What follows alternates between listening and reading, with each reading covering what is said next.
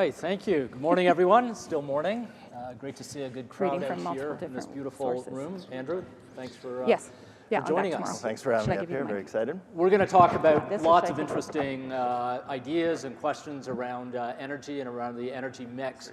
But I want to start first with some reflections on something called New York Climate Week, which Andrew and I were both at last week. This is a huge event in New York. It goes on at the same time as the UN General Assembly, attracts something like 100,000 people. One of the reasons I probably didn't see you there, but it's a great discussion with people from all over the world. And for me, one of the takeaways was just to hear more about the American ambition on growing the energy pie. And one of the facts that I can't get out of my mind is that the US is on course this year to add the equivalent of 30 Hoover dams. If you don't know the Hoover Dam, it's this gigantic hydro structure. 30 of them just this year alone for renewables, with the equivalent for renewables energy. So it just gives you an insight into how much the US is growing. And Andrew, I wanted to start off by asking you what your great takeaway or most memorable takeaway was from New York Climate Week. Yeah, Climate Week is it's a terrible week in New York. Can't get anywhere. There's gridlock. You got to take the mass transit. But no, this year was really one of the best that I've been to.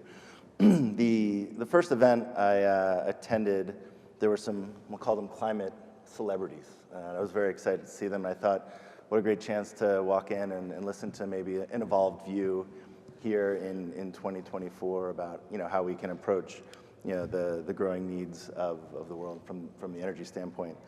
Unfortunately, that was not the highlight of my Climate Week, as it was sort of a similar climate-only message that we've been hearing for a long time. Stampede ready? However, what was encouraging was the rest of the week, right? And the time that I spent at other events and listening to folks and hearing, I'd say, a more rational view of how we can approach the future energy challenges of the world. One of the great, I think that's the sound of energy, so we'll just keep that in mind. One of the great expressions I heard last week, that this is not just the energy transition, but we need to think of this period as energy addition, because we are adding all sorts of energy. In fact, in some ways, we're in the biggest energy boom that many people have seen. I'll get your thoughts on that. In the U.S. alone, it's the first time we've seen any growth in power demand in the last 2 decades, right? And now, we can get into the reasons why in a little bit, but growing 3.6% demand this year alone, and going to have to figure out how to meet that in a clean, reliable way. Yeah, so not only are there more people on the planet and more people with more energy needs, and that's usually a good thing because that correlates with all sorts of improvements in health and longevity, but we all need and are using more energy for more things. All of you looking at your phones during this conversation, which is okay, you're using energy in ways that you probably didn't use 20 years ago. But don't use too much. So don't use too much. If you're doing a ChatGPT search while we're talking, that's 10x the amount of energy you would be using just to do a social media post, and then multiply that by 10 billion people, and you get a sense of the amount of energy we're going to need in the next couple of decades. So where is all that energy going to come from? One of the interesting insights last week was nuclear, which the U.S. has been kind of chilly to over certainly the last 40 years, and now 3 Mile Island, for probably most of you don't remember, 3 Mile Island was in some ways the beginning of a nuclear winter. Maybe the wrong expression there, but a step back from nuclear expansion in the U.S. Through the 80s and 90s. What should we be thinking about in terms, Andrew, of the energy mix and different forms of energy, either coming online or growing? So the discussion around nuclear last week was as loud and enthusiastic as I've ever heard in my career, and so that was pretty exciting. Why? Well, because it's clean, reliable, 24/7 energy. I think the challenge is, as we all know, the time that it takes to get new nuclear online, right? And so there are ways to get there, but this is something we should see impact 10 years. But we need power demand growth now. I mean, even the repowering of 3 Mile Island and another one, Palisades, I think they're going to take a couple of years to get back in line. So how do we meet the demand this year and in the next 5 years. In U.S., North America, we see that through two parts. One, the growing renewable portfolio, solar, batteries, wind, continuing to get added to the grid, as well as underutilized natural gas, or continuing to switch away from coal to gas. And so that should be able to meet this near-term demand. So a good broad portfolio there. You said underutilized natural gas. Explain what you mean by underutilized. Got it. So when you think of power, you have baseload power, and then you have intermittent power. Baseload power runs all the time. Intermittent power, it's windy sometimes, it's sunny sometimes, so it's not online all the time. And then you have sort of reserve power, peaker power, which is often in the form of gas plant when it can power up really quickly and deliver the load that you need if it's too hot, too cold, or whatever it is that's pulling on the grid. So do we really need all of these forms of energy to have a functioning portfolio, or do you envision over the next good while, 20 years, a scaling down of some and scaling up of others, or will it be a combination of that? If you had asked me a couple months ago, I don't think I'd be standing here saying, I think nuclear is going to scale up in a way that many never would have expected. I think there's, traditional nuclear. You're seeing so much investment in the space, and if we're able to, find a couple of designs and really practice and get those right, you could see that adding to the mix. I think 10 plus years from now. Otherwise, I think we need everything we have. You said it yourself. Is it energy transition or is it energy addition? And so to really dial back anything that we have at the moment seems kind of not possible. So we're probably going to need a lot more, or certainly some more of almost everything. How do we do that in a resource-constrained world? Nuclear is not cheap. You right. mentioned we know nuclear is not cheap, and there's challenges with all forms of energy. Look, I think one of the presentations that I saw at Climate Week was titled "Clean Energy Industrial Policy: America's Way," and that's something that sort of helped me wrap my head around all these different ideas that I've had about energy transition, energy growth, and whatnot, and how do we actually get to the goals rather than complaining about the problems, right? And so I think if we're able to, set our mind, or as a country or as allies, to say, okay, we need to achieve this goal in this time frame, and these are the different paths that we can take, and this is how we're going to meet demand, but this is how we're going to lower emissions, and it just has to be planned. It can't just be haphazard. You also need longer-term incentives, right? You can't just have a 5-year IRA. You need a 20-year IRA or 20-year infrastructure bill, and so the investment community feels comfortable coming in and taking the risk to bring forward new technologies as well as maintain the ones we have. So you mentioned the IRA, that's the Inflation Reduction Act, and then side by side with that is the bipartisan infrastructure law in the U.S., which have collectively led to, I think it's $500 billion so far of who's counting? A lot. It's $500 billion, and this is just in 3 years. I mean, it's historic. Can that pace be continued? You're saying it needs to be. Right now, we're looking at 3 years of experience. Mm-hmm. You're saying we need it for 20 years. So question one, can the U.S. afford to keep that going for 20 years? And then can the rest of the world afford to keep pace? Because we have heard from the Europeans, among others, saying like, we cannot outspend or even keep pace with the U.S. on this.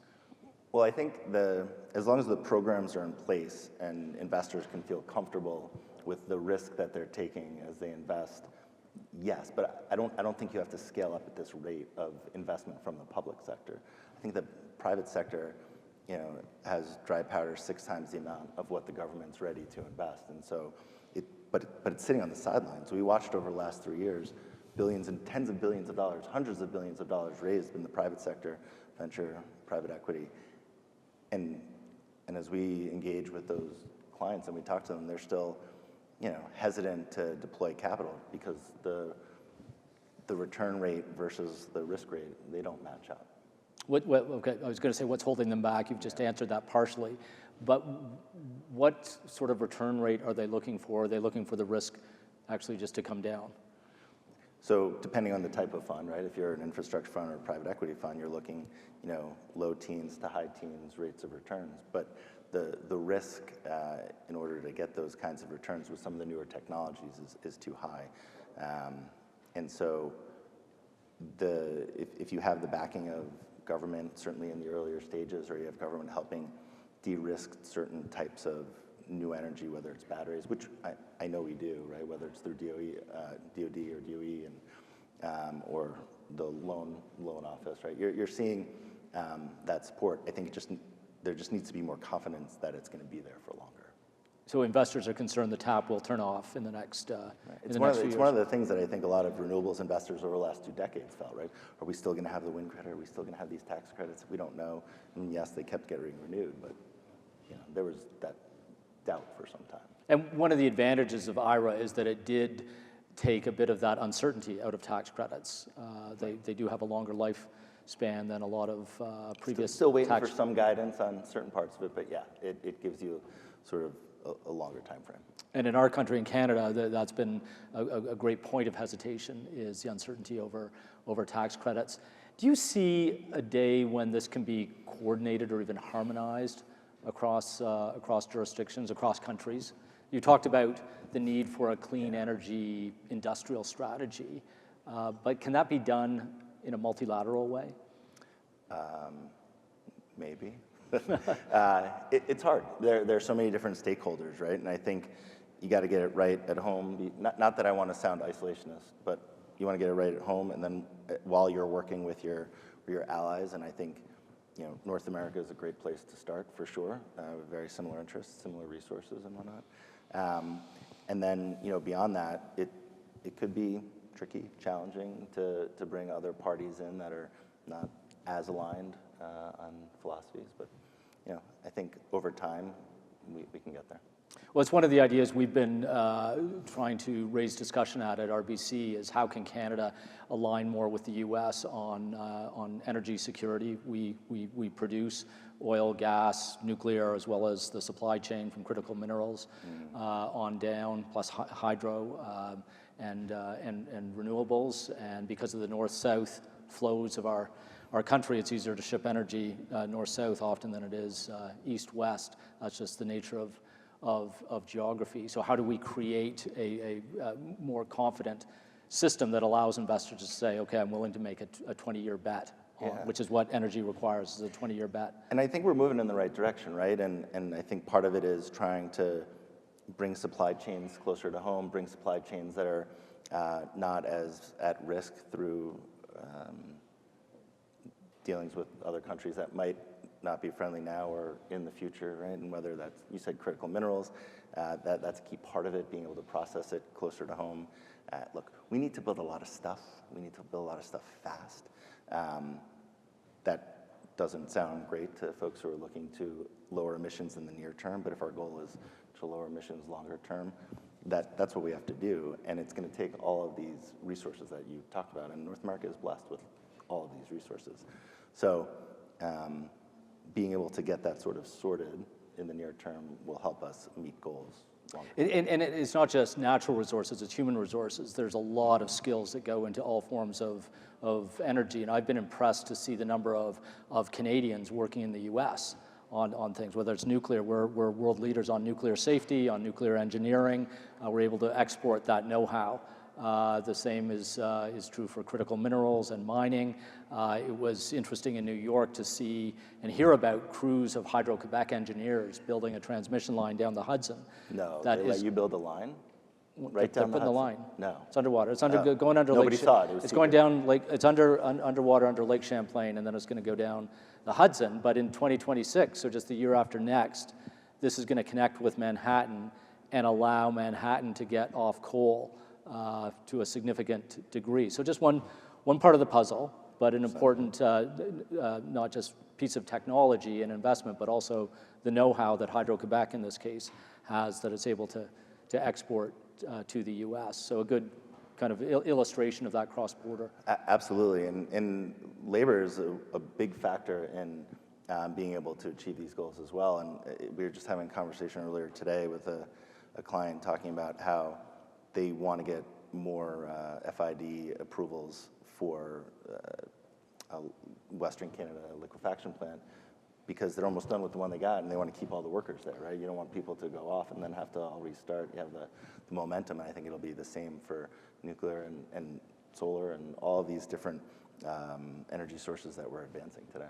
Yeah, final investment decision, FID, for those who don't know the acronym, but there's literally tens of thousands of people working on a project like a large LNG construction, and then they disperse to the wind, as you say, if they don't have another project to go to. Let's talk a bit about the demand side. We've talked about the supply side, and IRA has largely been about the supply side, incenting producers and investors to expand supply. There's the demand side of energy, which we're all part of. Yeah. What sort of shifts are you looking for, and what signals are you looking for to show you where the shifts are going on the demand side in the years ahead? Well, so what we're watching right now in North America, demand's growing, like I mentioned before.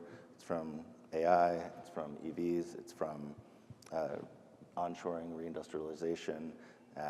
Crypto is increasing demand. Even a little carbon capture and hydrogen manufacturing is going to drive, in our projections. And so, all of that is causing the growth. What had masked former demand growth was, changing light bulbs and getting more efficient buildings built and changing all your appliances out. And I think we sort of peaked at that. And so now we're moving back up the curve. And so the demand is coming from all those sources, and we need to figure out how to meet it, because if we don't, those industries, AI in particular, will probably go somewhere else to get it. And this is just in the North American context. We'll shift to global demand in a minute, but let's hone in on AI. It's obviously the hot topic of the year, and creating a lot of excitement about how much energy, how much power is going to be needed for that. There's a bit of a land grab, as I would call it, underway with the big tech companies, Microsoft and Google. This is all on the public record. Amazon trying to buy up sources of energy for their data centers. Is this just a moment in time where there's this excitement and it will level off, or should we expect the proverbial hockey stick curve to form? Meaning, is AI a flash in the pan and no, technology we won't really care about? Or? I think AI is here to stay, but the power demand from it. Look, we project a little more modest power demand growth than I think many experts are predicting from AI alone, only because we don't know how chip efficiency is going to change, or designs of the data centers or whatnot. And we also, quite frankly, don't know how quickly the data centers will get built and whatnot. But yes, demand is going to continue to grow from data centers in general at a reasonable clip, over the next decade plus. One of the interesting comments I heard at Climate Week last week was from Jennifer Granholm, the Secretary of Energy, who was asked about the opportunity around data centers, and she said, "We want those data centers to be in America, not to be outside." And I don't know if she would make that North America and include Canada, but we want the data centers in America and near the sources of energy. So that's the nuclear opportunity.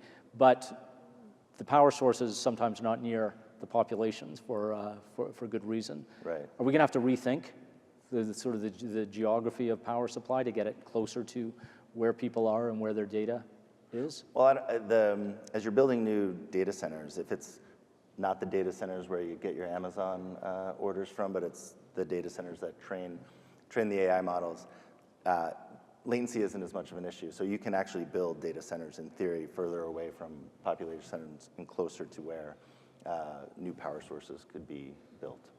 Big opportunity for Canada there. In fact, I heard Eric Schmidt, the former executive chair of Google, on a podcast a few months ago, and he was asked about this challenge, and whether America would have enough electricity to supply all these data centers. And he said, "I have one word for you. It's Canada." That's his answer to America's challenge. Should we be thinking that way? I mean, absolutely. If America wants all their data centers in America, then yeah, they got to figure out where to get that power from. And if Canada's offering, yeah, we'll take. So back to energy cooperation. Yeah. Let's shift to global demand. Okay. The rise of the rest, the growth of the rest, seeing shifts certainly in growth in China, economic growth that is. But are you anticipating the growth projections? Are your growth projections the same as they might have been 2 years ago for the rest of the world? Well, I mean, I like to steal an example from a friend of mine who talks about per capita energy consumption in terms of barrels of oil a year, right? So here in U.S. and Canada, it's about 20 barrels per capita per year. In China, it's 3.5 to 4. In India, it's 1.6. And so as we think, That's for all energy? That's a barrel equivalent? Yeah. And so as we think about, rest of world trying to come up to Western standards, that's really daunting, right? Even if they came halfway up, what does that mean for energy demand? What does it mean for oil, gas, and all sorts of other, renewable technologies? It's a lot. And so the speed with which we get there and how we get there is going to be the question. And is it environmental first for a lot of these countries? It's really not. It's energy first, and they'll get it from wherever they can at the cheapest price. There was a school of thought not long ago that many of these countries would leapfrog traditional energy forms, oil and gas included, and go straight to fill in the blanks. Yeah. Has that passed? In my mind, yes. I mean, my thought is, what's going to be the cheapest? That's what they're going to take first. And if you listen to the different energy ministers of some of the countries in emerging markets, their people getting power and energy is primary concern, not what kind. And the cheapest and certainly most accessible for many populations is traditional fossil fuels. So that takes us to the abatement question.